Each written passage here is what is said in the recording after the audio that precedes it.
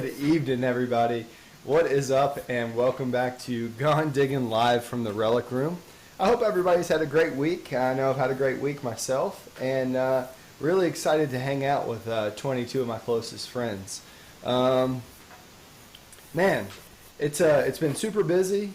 All the catch up from coming back to work and all kinds of things around the house. But I had a really awesome guest who stopped by and had dinner, and it's actually pretty cool because he's actually our guest this evening. So I don't know how that worked out, but I am super glad to have everybody here, and I'm not really gonna hold this up too much longer. Let's go ahead and bring in our guest without much ado, or need for much ado, I guess. Here we go. Our guest this evening is Marc Hoover. How are you doing this evening, Marc?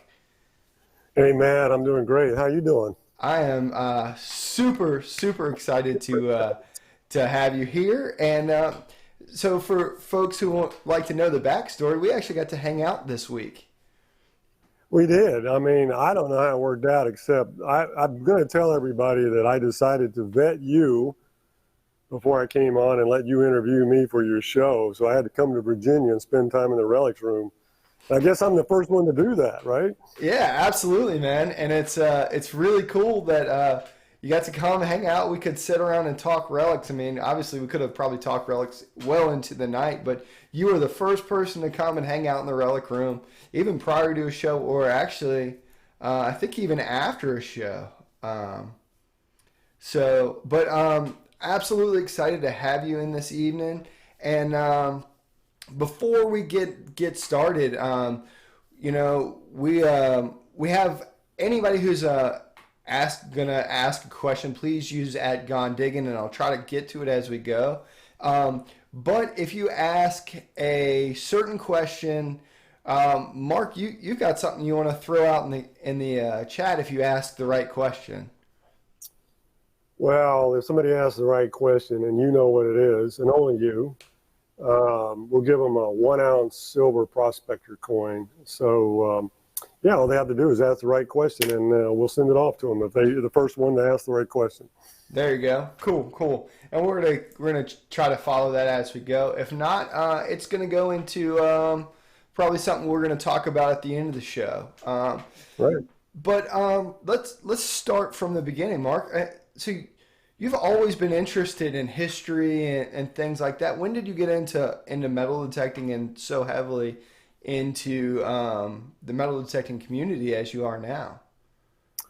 Well, I'm going to answer that question, but before I do that, I want to tell everybody that you're a pretty decent cook, and it was a blast hanging out with you and your wife, and especially your little daughter, your baby daughter. She is gorgeous. Everybody should know that. So thanks for having me in. But so going back to your question, so I've always been interested in treasure hunting. When I was a kid, I used to follow this guy that nobody had ever heard of. His name was Mel Fisher, and he was looking for this treasure ship called the Senora Nuestra de Atocha, and I used to read every article I could find on him, and so I knew then that I was really interested in treasure hunting. And so when I got into high school, I decided that I was going to go down and work with him, and right after high school I got certified to become a diver, and then I went off to college, and then all my plans changed, so I never got to go down and do that. But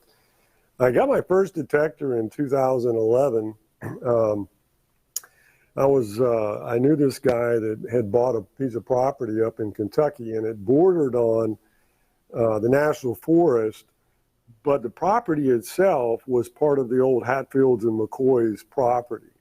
So I knew it had a lot of history on it. And when we were there, I said, hey, I know this place in Orlando that's like the largest metal detecting distributor anywhere.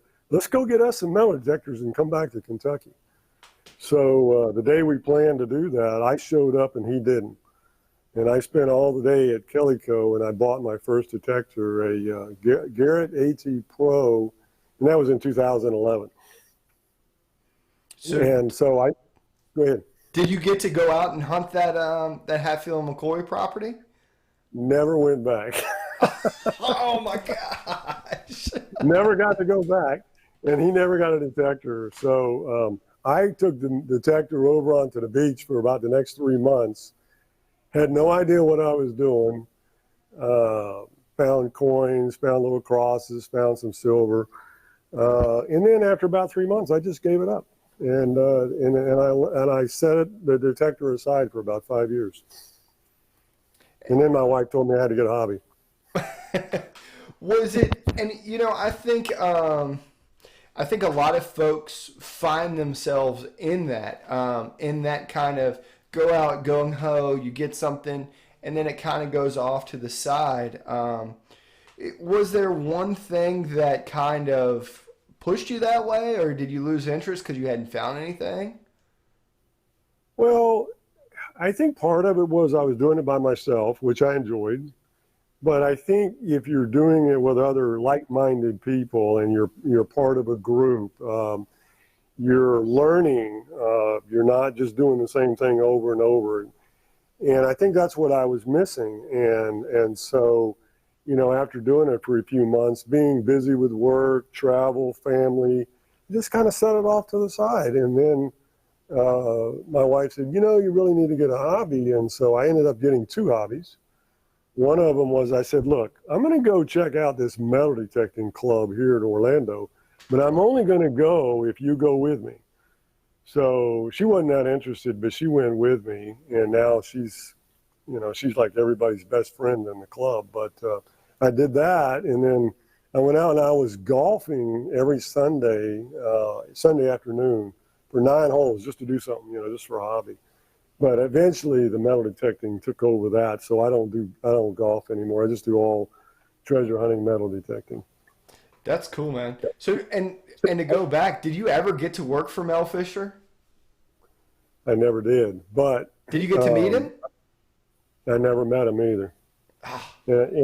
And so so I never got to do that because I really wasn't living. I was really living up in North Florida, and I had so many other things going on. But the beauty of it is I've met his family, met his daughter, met a lot of the people who have worked for him. I've interviewed the people who have worked for him.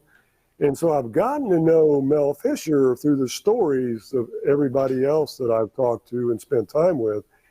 And in fact, my goal, and you'll hear more about this, is really, I guess my dream would be able to say, I could go out on one of the treasure hunting boats and actually do some diving. And I recently, as you know, got reactivated with my license. And got my license a long, long time ago. But I just got reactivated so I can go out there and start doing that if they let me. And that is awesome because I mean we talk a lot. I mean, honestly, I would have skipped tonight's live show and I would have rather done it just hanging out, but I don't think people would want to hear us talk about metal detecting and relics and artifacts for 3 hours. Or maybe they would. I don't know. Yeah, they would. So you started off with the AT Pro, which is a fantastic machine, and I recommend a lot of folks get an AT Pro. Where was the transition? What did you transition to next? Was there a machine that do you still go back to the Pro or? I don't go back to the Pro very often. It's funny. I used it in the front yard a week ago, just playing around with it. And I didn't remember how sweet the tones were on the AT Pro until I went back to it. But it has beautiful tones, and I love those, and I miss those. But the next machine I went to was the AT Max. I wanted to use the wireless headphones. I wanted to be able to use the backlit screen on the beach because I hunt sometimes at night on the beach. Mm-hmm. And the Max had those features on it. But I can tell you this, I will never sell the AT Pro ever. That's my first machine. It's the one I'll always keep, and it'll always be a nice backup machine for me. Yeah, absolutely. Larry Stewart said the AT Pro is a good machine. It is. So we've got all kinds of questions going in the chat here all at the same time. Some pretty funny comments as well. Well, I'm sure I'm probably getting ragged pretty hard in the chat right now. Yeah, there are some things. Cliff says his wife thinks he borrowed his GPX from me. So I don't need to meet your I wife love anytime that. soon, Cliff. So yeah, and let's so we'll kind of go into that. Somebody asked, "What's your favorite type of detecting?" So do you beach hunt? I mean, you're how far from the ocean are you? About an hour? So I'm about an hour away from Daytona Beach, the East Coast. I rarely get over to the West Coast, but it's mostly Daytona Beach, Ormond, and further south from there down to Vero Beach, New Smyrna, and Sebastian down in that area. Hmm. That's usually where we hunt from here. And do you find that you're now Florida has some different? I mean, you have a lot of Seminole Wars, in First and Second Seminole Wars, artifacts and things like that. But there's all kinds of parks and all kinds of other cool spots to go. Do you find yourself that you're attracted to one type of metal detecting over another? Not really. If I can get on a good site, I mean, if it's relics, coins, beach hunting, I really don't have a preference, Matt. I mean, as we get into this, I'll probably talk a little bit more about it, but I travel a lot. So if I'm going to an area like I came to visit you in Virginia, I was there for work and was able to come and spend some time with you. But I was counting it up. I've been to 10 different states this year, throughout the year. I've been to Virginia, Texas, North Carolina, Georgia, Idaho, Utah, New York. So if I can get on a good piece of property wherever I'm at, that's what I mean. I'll take whatever the ground is willing to give up. Do so? Do you always pack a machine with you when you go? 90% of the time I pack a machine. It's funny because when I came to see you, I didn't have a machine with me because I knew I wasn't going to be able to detect because I was on a 24-hour in and out. I only had time to spend time with you in the evening, but I wasn't able to bring a machine. Of course, I knew you had them too, so if there was any way that I was going out, I was going to borrow something from you. But 90% of the time, I carry a machine with me. Yeah. And so And what's your and I guess that's kind of an interesting thing too because I know a lot of folks here travel. Adventures in Dirt has traveled with the GPX, traveled with the T2 over to pound the ground or digging in Virginia with us. What's your travel setup and do you have anything special that you do for anybody thinking about traveling with one? yeah, so you can probably see it behind me, but I have the Equinox 800. I have the Detect Edge shaft, and I have a 31-inch case that actually holds everything in the bottom part of it. And so I have the shovel in there. I have the Detect Edge shaft. I had to cut off about 1.5 inches of the bottom of the Detect Edge shaft in order for it to fit properly. But there's plenty of room on the shaft to be able to lower it to the right length. But I've got it set up perfectly.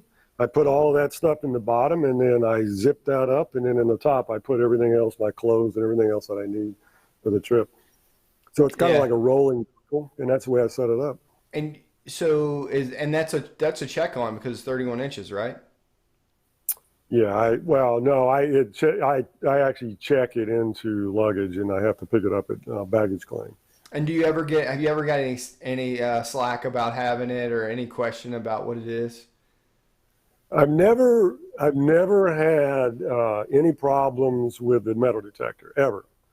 Nothing with the shovel, nothing with the pin pointer. I did have a problem with some of the finds that I had bringing back into my.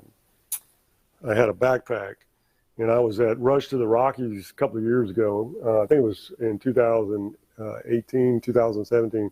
We were going through the Denver airport, and I had a bag full of bullets and coins and everything.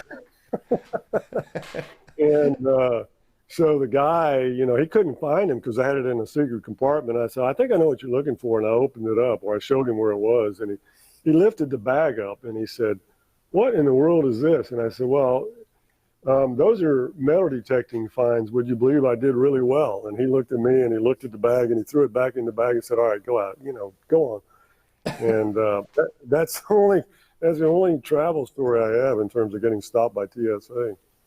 Nice. If somebody who's a moderator can throw a link to the Detect Dead shafts on in the chat, that would be great. If anybody's interested in those, a couple folks popped in. Just Dirt Fishing, Indiana Tones, Colonial Fiend, who actually put out a great video this week, and I'm stoked to see that. So fantastic. 31 folks here hanging out. 21 thumbs up. If you haven't reached over, click that thumbs up button. And I saw Miss Barb. So it's pretty cool because we'll kind of transition from that, because that traveling around the country really it exposes you to a lot of different folks and a lot of different places, which is kind of, I guess, we have two different really cool anniversaries too, right? Today's your birthday. Well, close. It was on Saturday actually, On, but very close. Yeah. yeah, yeah. Saturday So was birthday mine. celebration, but you said today is the 3-year anniversary of Adventures in History, right? That's correct. Yeah. So we started Adventures in History 3 years ago, right after my birthday. I was getting everything together and then kind of launched it. So this will be the 3-year anniversary. And yeah, so I'm really excited about that because we've had some really interesting people that have joined the group. And anybody that's listening that wants to join the group, it's Adventures in History. It's a Facebook group. Just look for it. We have just around 900 people on the group.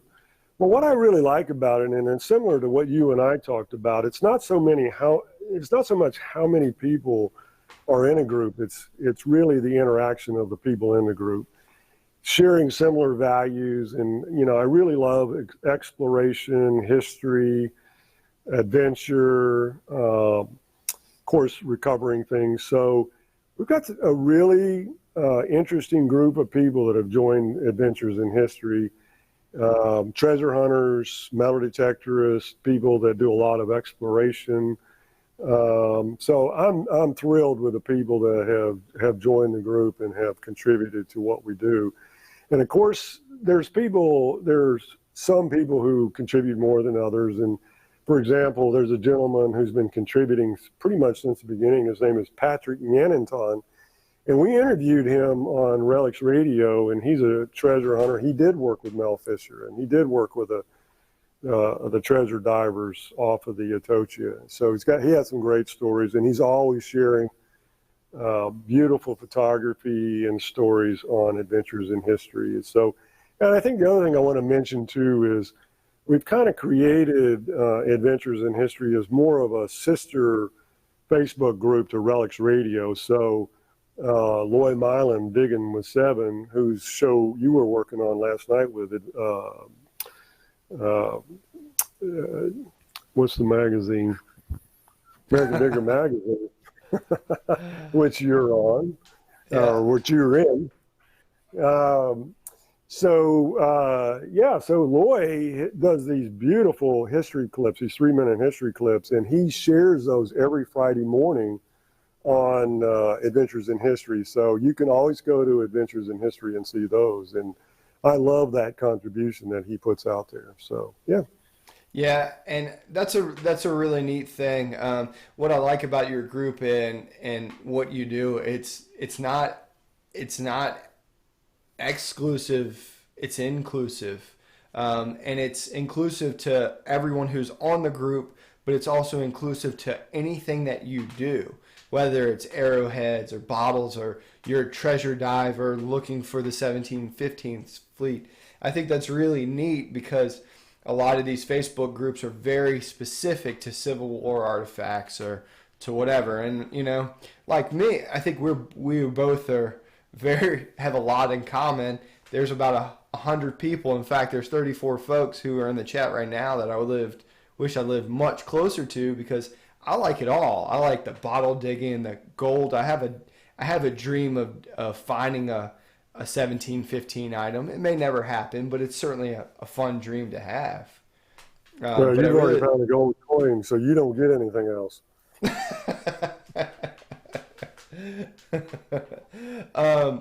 So I think that's really interesting, and I really find it really enjoyable about your group. And yeah, congratulations on 3 years, and I'm Thank sure you. in no time you'll be no time you'll be knocking down 1,000 followers or members, and that'll be really exciting. Um, Yeah, well, when we give away the when we give away the car, they're like, "Wow, tens of thousands." Yeah. Brotherhood Metal Detecting Eric Bribe for the answer to the secret question. Thank you for the super chat, my friend. Much appreciated, but I can't give it away that easy. um, and so in all of that traveling and going to different places and adventures in history has kind of really expanded that with your traveling. You still get to come home and dig with somebody who's pretty cool, right? I dig with lots of cool people. I'm not sure if you're referring But to I think anyone this personally. is probably um, probably a little more closer to home. Granddaughter, is that right?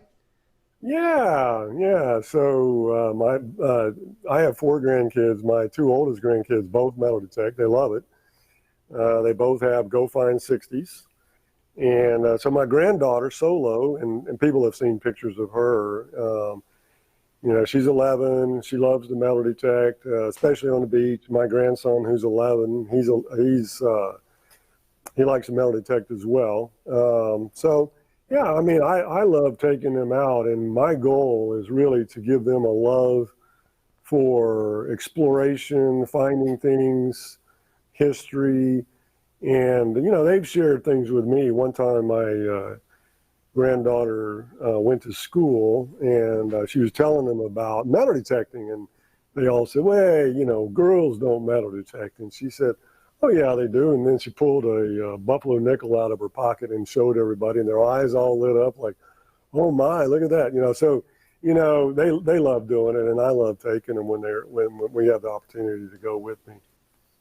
That's super cool, man. That's like I I think it's funny. I mean, being in the EMS world, I teach new guys to talk to people like they talk to their grandmother. Everybody has a bad day with their dad or their mom, and that's what it is. But you can't have a bad day with your grandfather or your grandmother. I mean, that's my experience. But that's super cool to be able to share those kind of memories with your grandkids, and that gets me because my grandfather always used to take me fishing, and I loved it. So that is awesome, man. Well, see that story that you're telling. If you think about it this way, here's the way I kind of think about it. So we're temporary stewards of everything we find, right? So, you've got this beautiful relic room, you've got some amazing relics in there, but you and I and all of us, we're just temporary stewards of those. We won't hold them forever because we'll pass on. But if we pass the love of the hobby, we pass the love of adventure, of exploration on to our kids and grandkids, that's what's going to be meaningful when we pass on, right? And the older you get, I just had a birthday, the older you get, the more you think about that, hey, it doesn't really matter. It's great to find all these things, and it's exciting and it's cool and all of that. But then you realize, we're only temporary stewards of that. What's what we pass on to the next generation that's going to last forever. Yeah, I can't tell you that is like that hits me right in my heart. That's what I believe to my core of everything that we do in this is just that we're only temporary located. I think we get one of the greatest opportunities to locate something lost, and that moment is only very fleeting because you Right. find it. It's now in your possession, and the biggest responsibility you have is to treat it with care and to pass it on to somebody who's going to appreciate it and maintain the history that you know about it to get to where it was going to go. So that's Can I share one of my favorite stories on adventures in history with you? absolutely. Yeah, so I went up to Gainesville with Greg Papalo, who's going to be doing Florida Hunt 6, and I think you're coming down for that, right? Yeah, I'm supposed to come and hang out with Mr. Larry Stewart, and maybe we'll get some diving in. We'll see how the things are. But yeah, I'm Well, supposed to come down in February for Florida Hunt 6. well, yeah, I look forward to you coming down. Well, I was going to go up to hunt with him on a special piece of property that goes all the way back to the Civil War, and it's so special that it actually had caverns underneath the property that when the Union troops came through, they rounded up all of these slaves and they put them in these caverns so that nobody could find them. But this property was amazing. It had the original post office on it. It had slave quarters on it. And the woman who was showing us around, it's about 30 acres. She said, "Let me show you around." And it was a horse training facility for Arabian horses. So it was a beautiful piece of property. And this older gentleman came walking up, and you could tell he was really old. And Greg had told me that her father lived there on the property with her. I did not know who he was. And it turns out he was a World War II, not only a veteran, but he was a World War II hero. He had actually flown over 80 missions in a bomber during World War II and had gotten shot down 3 times. In the process of just spending a few minutes with him, I realized that this is an unprecedented opportunity to spend some time with someone that I'll never get to spend the time with again, or may never get to spend the time with. So I asked Greg if we could just set the metal detectors aside and let's just spend the rest of the afternoon interviewing him. So we spent the entire afternoon interviewing him, taking pictures of all of his medals. Just unbelievable story. And so we got all that, documented all of that, and then put it on Adventures in History. And that's his Colonel Zvore, S-V-O-R-E, gotten shot down. I think I mentioned 3 times, twice in a bomber and once in a helicopter. He was doing helicopter testing for Sikorsky. Just an amazing man. The oldest living Eagle Scout from North Dakota. Anyway, we got it all documented and put it on Adventures in History. Never metal detected the property. Wow. Never even got to go back, but we gave that up so that we could share his story. Yeah, but the story was the treasure that you found that day. I mean, Exactly, that was yeah, the treasure. that's incredible. He was a national Mark treasure. Thomas asked, he has a question, what's the average airspeed of an unladen swallow? And there's only one return question to that. Is that African or European, Mark? Um, that's a little Monty Python for anybody. That's an incredible story. Just that whole thing, and to sit and talk with him and putting it all together. Dude, that's awesome. So I'm trying to get there. We have so much stuff to talk about in an hour. It's just unbelievable. We may have to do it in 2 sections. I mean, another show, but anyway, Maybe so. We may not get to it all, but I want to get to a couple other things. So you do a Thanksgiving hunt, right? And that's coming up pretty soon. Right. So it's coming up this coming weekend Obviously. with the Central Florida Metal Detecting Club.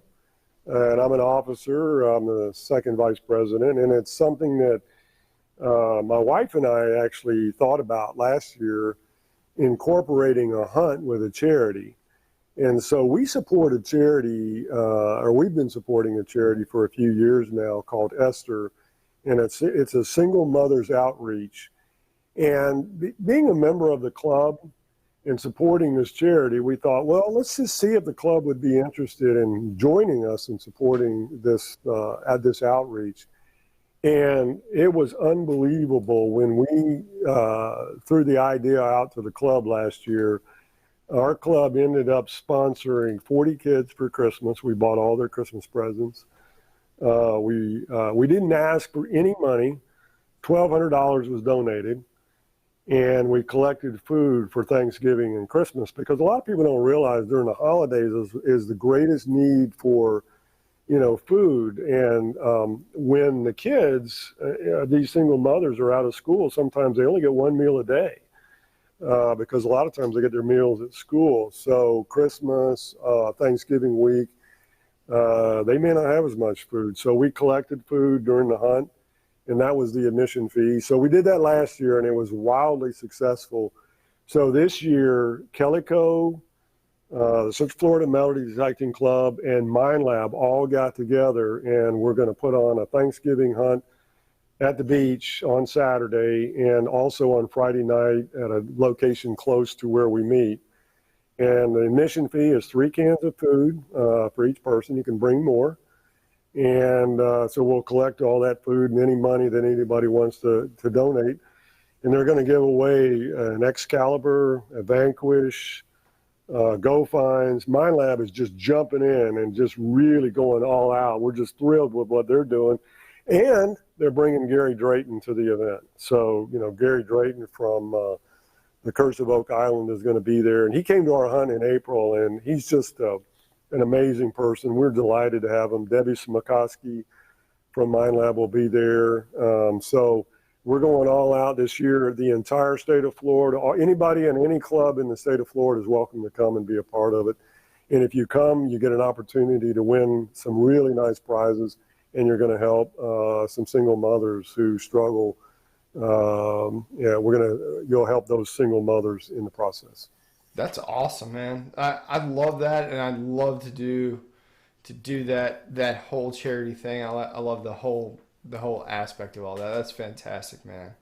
Well, I think the clubs, it speaks well of the club, to be involved in the community, to give back a little bit. And I think that we're called to do that to some degree, if at all possible, if we're able to. So I know I was just up in Georgia and Digging Georgia Live. Gone Digging Live. Got yours mixed up with it. Digging Georgia Live with Scott Hansen. They did the same thing. They collected food for the local food pantry, and so I was really thrilled that they did that. Yeah, and that's cool. And honestly, man, it just makes you feel good to do something like that. It really does. So that's a part of it as well. So Larry Stu says, good leverage, a dig and help the less fortunate at the same time. Yeah, everybody can get behind that. And that's pretty cool. I mean, I know there's a lot of folks here hanging out with us this evening that have clubs. That's a great way to pick up and share the love, especially around this time of year. Generally, the guys in my firehouse, we try to pick a local family who needs some food and help them out. But that's a fantastic way to have a really big impact on a bunch of people. So very cool, well, man. Very cool. Yeah, it works all the way around. I mean, we're close to the beach. It's great weather. All the clubs in Florida can participate. So yeah. We're looking forward to it. So that's that's kind of what we had like on the list to get through. But there's a couple other things I want to talk about. Not only with metal detecting, but you also go out and do some antiquing as well, right? Well, we'll call it picking, maybe. Maybe is that a little better? Picking, antiquing. I mean, if you're a redneck, you call it picking, right? I mean, I call it bargain hunting, picking, whatever you want to call it. I mean, that's really what it is. So we'll call it picking. We love doing that. My wife loves doing that. So she goes to a lot of the hunts with me, and when we go together, we'll look for any antique stores in the area. And then if I'm alone, I'll try to go into an antique store and see if I can find something that she might like. And she loves bottles. She loves some of the bottles that I've brought back. And so we love it. And we were over the weekend, we did some picking, and found some really cool items. Yeah, that's cool. And you found something really cool in your picking, kind of what would you describe that belt that you showed me pictures of? The Buffalo Soldiers button belt. Mm-hmm. Yeah, so a lot of people know now that, because I collect coins a little bit, and I buy coins, and sometimes these guys that I talk to actually have found out that I do metal detecting. I found out that maybe they've done metal detecting. They know I love Civil War stuff, so they'll call me and they'll say, "Hey, I got something that you may be interested in." So I got a call one time from a guy in South Carolina, and he said, "Hey, I got this thing you may want to take a look at, or you may want." And I said, "Well, what is it?" He said, "It's called a Buffalo Soldier's button belt." And I said, "What's that?" And he said, "Well, after the Civil War, the Buffalo Soldiers, who were the black regiments, were sent to the Western Front to fight the Indians. And so in their travels, they would carry these belts, and they would trade for different buttons from different regiments and different people that they came along with. So apparently one of these guys had a button belt that was fully regaled with different buttons. So it's actually in two pieces, but I'll hold it up so people can see it. But this is half of it. But as you go along the belt, you'll see that there's a button along all the way. And this apparently was worn across here like that. And then there's an equal piece like this. And there's about 40 something buttons across it, including New Jersey, Texas, and a bunch of others. So anyway, he asked me if I wanted. I didn't even question the cost. I just bought it. And so that was my picking find of the year. That is that's top notch, and maybe really tough to beat. So Gary Pinta asked me to ask you about your Disney experience. You can ask me about it, but I'm not going to answer anything about it. I figured that was going to be the response I'd get, but Well, all right, I'll answer it because he asked. I knew this was going to. I knew these guys were going to like bring up things that I may not have ever wanted to talk about. But what would friends be for then? I was in the grand opening of Disney in October of '71, and I'm not laughing at you. I was only 2 years old, though. No, I'm just kidding. Wait. Didn't your diving card say you were certified diver in 1973? It was, yeah. So you were diving at 4 years old. Okay. Exactly. I was diving at 4 years old. But anyway, I was in the grand opening of Disney, and then I worked as a character for a couple of years while I was in college. So I'll leave it at that. Very, very cool. So somebody else asked, what's your favorite hat to wear when you're metal detecting? Well, you can see back here, I'm a man of many hats. That's what people tell me. I think that was I think that was maybe the reference. I'm not real sure. Well, the hat that I've got on, I don't know if you can see it, but it says Lords of Fortune. Yeah. There's a great story behind that. I love this hat. It's a company, it's an LLC that was founded by Martin Bayerly. Martin owns the salvage rights to the RMS Republic, which sank in 1909, 50 miles south of Nantucket in 270 feet of water. And 30 years ago, he tried to go and salvage it and was unsuccessful. And 3 years ago, they did a reality TV show on him looking for not looking for it, but actually sending divers down to the wreck.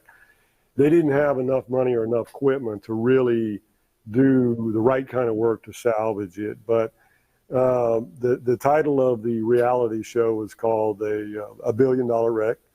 They believe that there were over $250,000 in $20 the double eagle coins on the ship. They also Martin believes that there was a payment to Russia for, I believe it was I think this is right. I want to say $8 million to the Russian government on that ship, but it was shrouded in secrecy. It's a great story. Their plan is to raise enough money to be able to get the right ship, the right tools, because what will happen is they'll have to send the divers down and they'll have to stay decompressed for maybe a week or 2 weeks at a time while they're working down there. They won't be coming up and down. Right. But, you know, they'll use torches and everything else to get the. But anyway, Lords of Fortune is his company. He wears he lost his eyesight in one eye, so he wears a patch. So every year at the Treasure Hunters Cookout down in Sebastian, we go down as a family. And I took my grandkids, and they saw this guy wearing this patch, and they're like, "There's a pirate, Granddad! There's a pirate!" And they were like hiding behind my leg, you know, and they didn't want to see him. And finally they said, "I want to meet Marty the pirate," you know. So I took him over, and he's just really good with kids, and so I've gotten to know him. I bought his book. He's signed all the books and everything. So anyway, great guy. His company is Lords of Fortune. If you get a chance, check it out. $1 billion wreck. It's a great story. That's fantastic. And talking about diving, well, I kind of mentioned that you've been certified for a long time. You hit on it earlier, but you just got back into treasure diving this year, right? Well, I Well, can't like, really say I'm refreshing the certification and getting comfortable, right?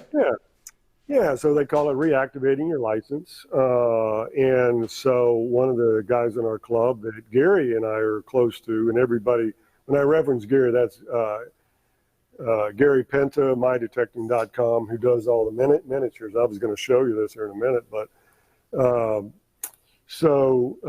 of the guys in our club, Jerry Burbaugh, he's a master diver, and really encouraged me to spend some time with him. And I went over to his shop and helped me get outfitted with all new equipment.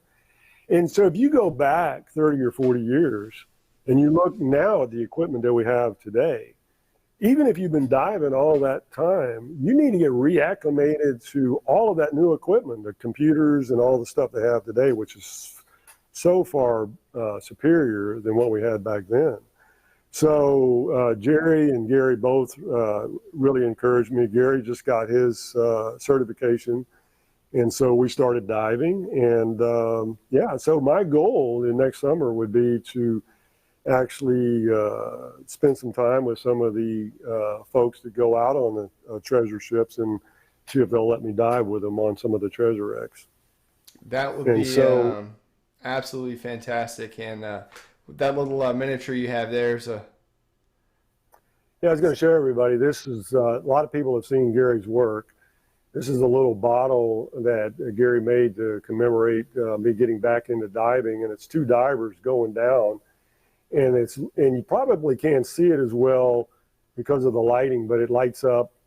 And anyway, it's another one of the little treasures that Gary gave me, and I really am thankful for that. So check out his site, mydetecting.com. Makes some unbelievable stuff. Absolutely fantastic. He's working on some great new projects too. I see all the time. He donated a really nice. He's always donating, so he donated to the auction for the Esther Single Mothers Ministry. He donated for that. He's donating for a new Pound the Ground event coming up next year. So, or maybe not donating. I think they commissioned him to do some work for them. I mean, he does such great work that people are asking him now, or they're asking him if they could commission him to do a work for the event. I'm going to commission him to build a relic room. Cliff said he's having a drink, some cheese balls, and a great guest with his Gone Digging family. Cliff, we always appreciate you coming here and hanging out with us. And the last thing I think we could kind of touch on is Florida 6. I know a lot of folks in the chat are going to be at Florida 6. I'm going to be there. It's going to be it'll be an epic drive north and south in the same year, but it's going to be a great time. So for the folks who don't know, it is kind of closed up right now, but what is the Florida 6 hunt, and what's the that's kind of a different premise as well, right? A little bit. So again, Greg Papalo, who was interviewed recently on Relics Radio, he did Florida Hunt 4, and he did it in a little city called Hawthorne, Florida. And a lot of people don't realize, some of these cities, I mean, it's almost like going back in time. And in Florida Hunt 4, somebody actually found a trigger guard that was traced back to a factory in Rhode Island. That particular, they didn't find the gun, they found the trigger guard, but it had a RI on it, and that was manufactured in Rhode Island in 1776. So there is history here. And Florida Hunt 6 is going to be on a piece of property that is fairly old, goes back to the mid 1800s. It's currently being used for supporting military veterans who have been wounded. It gives them an opportunity to come out and ride horses, to do outdoor activities. And Greg is now working with the founders of that group to have us go out and metal detect the property. We don't believe it's ever been metal detected before. And for a small donation to the group, it's going to be on Camp Freedom up in North Florida. We'll be able to metal detect. We'll be able to give back to that organization, and that money that they're going to collect will go to support that organization. And maybe what I'll do is I'll send a link to that, but it's Camp Freedom in North Florida. Go ahead. Yeah, that's really cool. And I've talked to Greg, and here on Gone Digging, I have a personal goal of an extra $1,000 donation to that organization. So in the next few months, we'll probably be doing a giveaway or something like that. Let's try to raise an extra $1,000. I've worked with a few therapeutic riding groups before. I grew up riding horses, and that kind of hits pretty close to my heart. So it's pretty really awesome stuff that they get to do. It's even cooler that they're willing to let some folks come out and do some metal detecting. So we're gonna help support that cause as well. But yeah, that's gonna be exciting. I'm excited. You excited? I'm really excited for that. Greg always does a great job. We just did Florida Hunt 5, which was another person, and that was nice as well. But I really enjoy working with Greg. He does all of his homework. He's studied all the history of the location, so I think this is going to be outstanding. Hey, by the way, before I forget, did anybody ask you the question that we were looking for? No, You I want to give haven't them a seen hint? it. I haven't seen it. You want to give them a hint? It's up to you. Well, I mean, the hint, I'll give them a hint. The hint was the promo that you put out before this aired. So if you check out the promo, there's a hint there, and we'll leave it at that. If they don't get it, they don't get it. So that is the that'll be good enough. So let's talk about giveaways too. Okay. Yeah, let's talk about giveaways. Yeah, so with reaching 3 years of Adventures in History, almost 1,000 members. When I asked you to come on and do the show, you said you wanted to do a giveaway, especially starting into diving, knowing that I was interested. There we go, Cliff. Cliff started it off huge with a $49 donation. I'm going to write that down, Cliff, as soon as I'm done. And that is going to get That's us. awesome. We're $950 away from our goal. So I am stoked about that. So thank you, Cliff. Cliff is a huge channel supporter, and he's over the top all the time, but he's a great dude, and we're gonna make this happen. But with Adventures in History, you've reached 1,000, almost right at 1,000. I'm sure after this live stream, you'll be even closer. And then 3 years, but with the whole advent of diving and everything like that, you said you wanted to give something away. Let's talk about that. Yeah, so there's another thing that I really like, and I love watches. And people that know me, occasionally I've been known to give away a watch or two. So, what I'd like to do is kind of incorporate that with diving, with history, the whole concept of time, and, if you look at my wrist, I mean, I've got two watches on. I got one on each wrist. One's a Fitbit, the other one's just a regular watch. But anyway, so what I was going to do was, we've never given anything away on Adventures in History before. So what I'm going to do is, in the next couple of days, we're going to put together a promotion. And what I want to do is really encourage people to contribute. And we're going to do it, ask people to submit photographs that they've either taken or that they have the rights to. And they could submit up to 3 photographs. And we're going to let it run for about a month into December, right before Christmas. And we're gonna judge. We're gonna pick the top 3 photographs that represent the concept of Adventures in History. And go ahead. Is there a question? Are you going to allow folks to vote on other people? Like thumbs up would give a vote to somebody? They can vote all they want to, but what matters is the people that are going to be judging. That'll be my wife, me, and some other folks that I'm going to pick to judge. And then we're going to cull it down to the top 10, and then the top 3, and then the number 1. So we'll have a judging group that'll do that. And then we'll pick those, and we'll announce the winners. So the winner will actually get this really nice. It's a diving watch. It's a beautiful watch. Really, you can see the outer bezel there. We're going to do that. And then second place will get that 1 ounce prospector coin. And then we're going to give away some Adventures in History swag. We've got patches, we've got cooling towels, we've got koozies and stuff like that. So we're going to give away 10 prizes total. And so everybody can participate, again, up to 3 photographs per person.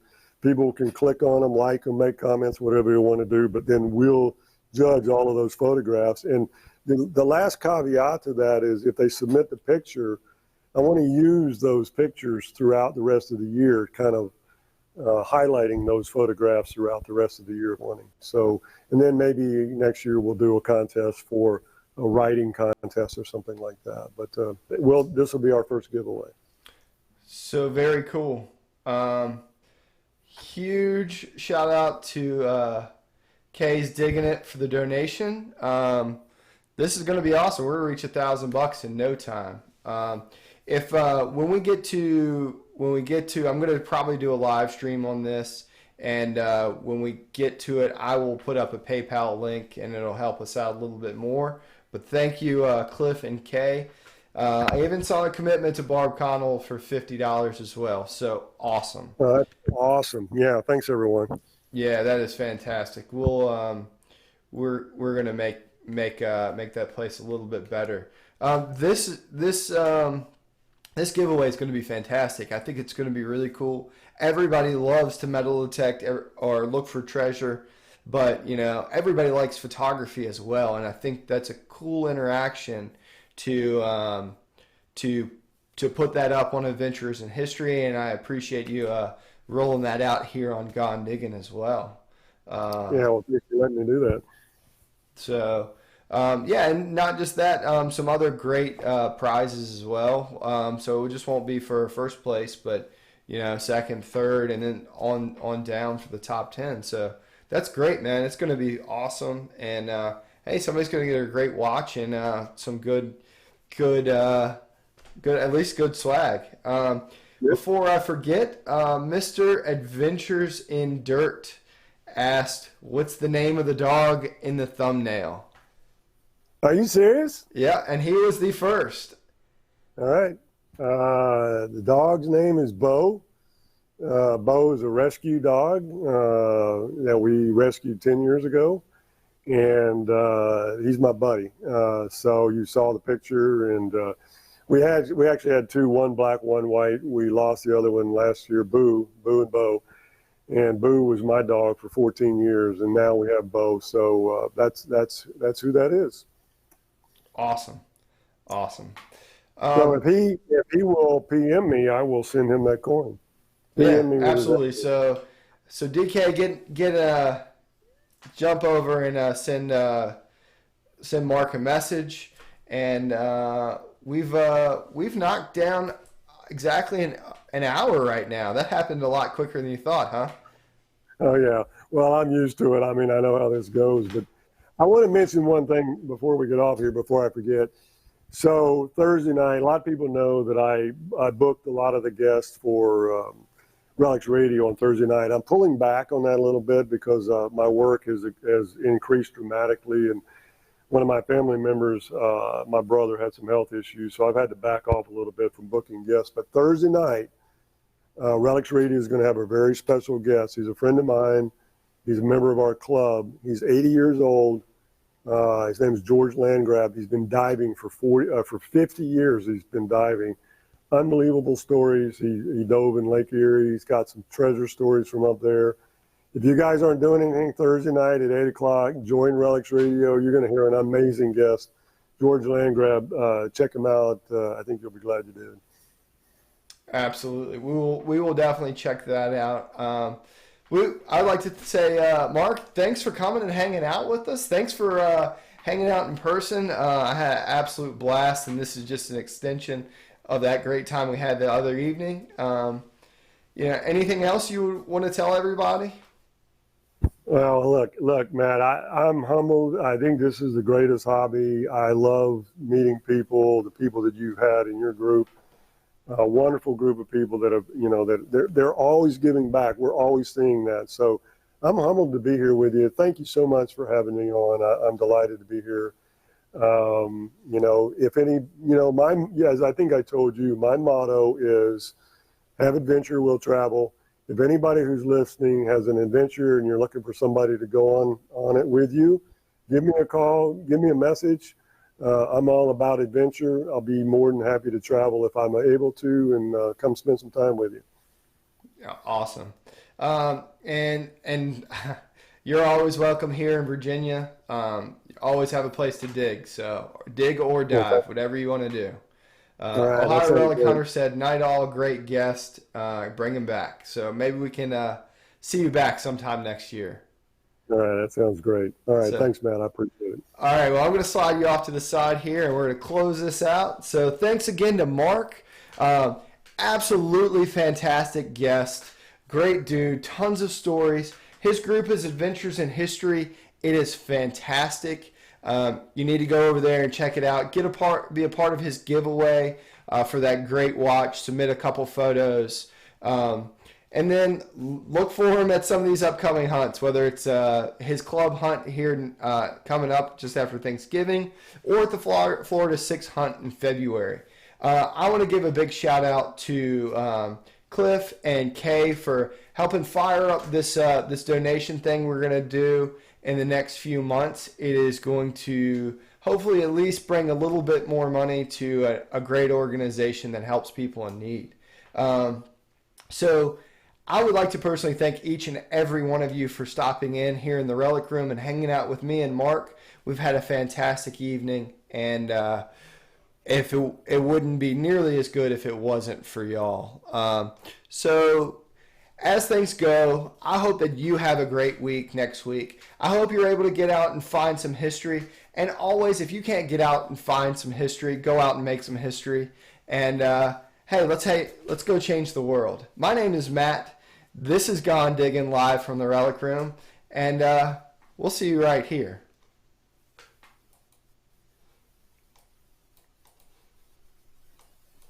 Oh, did we get it? There we go.